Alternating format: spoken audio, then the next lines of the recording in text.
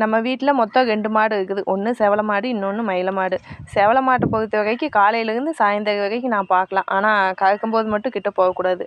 கன்றுக்குட்டி அவுத்து விட்டுட்டு கிட்ட போனோம்னா கன்றுக்குட்டியவே முட்ட ஆரம்பிச்சிடும். அப்போ ஒரே ஆட்டம்தான். அதனால வந்து கறக்கிறதுக்கு கிட்ட போக மாட்டோம். கன்றுக்குட்டி அவுத்து விட்டுட்டா சாணி கிடந்ததுனா கூட அதை தள்ள முடியாது. பிடிச்சி கட்டுற வரைக்கும் மாட்டுக்கு பக்கத்துலேயே போக முடியாது. என் வீட்டுக்காரர் மட்டும்தான் கறப்பார். என் நாட்டு மாட்டை பொறுத்த வரைக்கும் 1 நாள் 2 நாள் கறக்காமல் விட்டுட்டோம்னா அடுத்து கறவைக்கு நிற்காதுன்னு தான் சொல்லுவாங்க. ஆனால் இந்த மாடு அந்த பிரச்சனையெல்லாம் கிடையாது. 4 நாள் கறக்காட்டியும் 5ஆவது நாள் என் வீட்டுக்காரருக்கு போய் கறந்தாங்கன்னா கம்முன்னு நின்றுக்கு. நம்ம பக்கத்தில் போனோம்னா விடாது. ஆனால் மயில மாடு அப்படியே ஆப்போசிட்டு.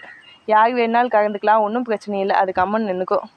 கன்றுக்குட்டியை மட்டும் பிடிச்சி முன்னால் கட்டணும், நக்கிக்கிட்டே நிற்கும். ஆனால் வந்து கறக்கும்போது எந்த இடைஞ்சலும் இல்லை. அது பாட்டுக்கு நின்றுக்கும். நம்ம பாட்டில் கறந்துக்கலாம். மாடு 2மே ஒரே டைமில் கறக்குது. அதனால் அதிகமாக கறக்க மாட்டோம். சும்மா வீட்டு செலவுக்கு மட்டும் அளவாக கறந்துக்குவோம். மீதியை கன்றுக்குட்டிக்கு விட்டுக்குவோம். நம்மளுக்கு அப்போ 2 நாய் இருக்குது நம்ம வீட்டில். அதுகளுக்கு மட்டும்தான் வந்து பால். நம்மளதே பால் இருக்கிறதுனால நெய்யெல்லாம் வெளியிலேருந்து வாங்குறதில்ல. ஆடை எடுத்து வச்சு நெய் எடுத்துக்குவோம்.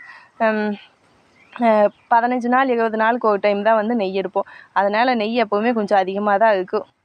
இன்றைக்கி காய்ச்சினதில் எப்படி 1 லிட்டருக்கு மேலே வரும். ஒரு தூக்கு போசி நகைஞ்சு சம்பளத்துலேயும் கொஞ்சம் இருக்குது. சரிங்க, நாளைக்கு இன்னொரு வீடியோவில் பார்க்கலாம்.